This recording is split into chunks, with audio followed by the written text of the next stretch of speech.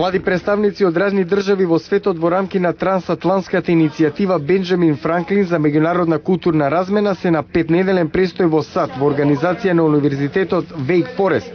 Програмата е финансиски поддржана од Стейт Департментот. 17-годишната ученичка од Тетово Влора Мемеди е една од 35 европејци и 10 американци во програмата. Имам привилегија да видам представник од Македонија, кажува Влора. Вели, сака да ги урне стереотипите и предрасудите што постојат меѓу етничките албанци и македонци и да помогне да се премости јазот меѓу двете најголеми етнички заедници во земјата. Се што знаев за македонците ми беше кажано, но сега кога имам поголеми контакти со нив, сметам дека можеби се разидуваме за политиката, но во суштина сме исти. Треба заедно да се бориме за доброто на нашата земја и да заборавиме на меѓусебните проблеми, затоа што има место за секој во оваа земја.